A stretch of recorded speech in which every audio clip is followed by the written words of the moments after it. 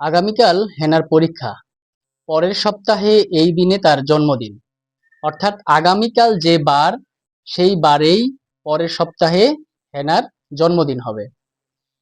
আজ বুধবার হলে তার জন্মদিনের পরের দিন কি বার হবে?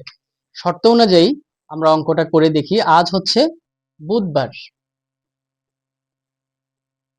তাহলে কাল কি বার?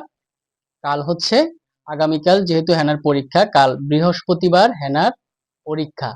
আর একইবারে পরের সপ্তাহে একইবার অর্থাৎ বৃহস্পতিবার হেনার জন্মদিন। এখন আমাদের প্রশ্নে চাওয়া হয়েছে জন্মদিনের পরের দিন কি বার হবে। জন্মদিন যেহেতু বৃহস্পতিবার, তাহলে পরের দিন হবে শুক্রবার। এখন আমরা দেখব অপশনে শুক্রবার রয়েছে কিনা। আমাদের ঘ অপশনে শুক্রবার রয়েছে।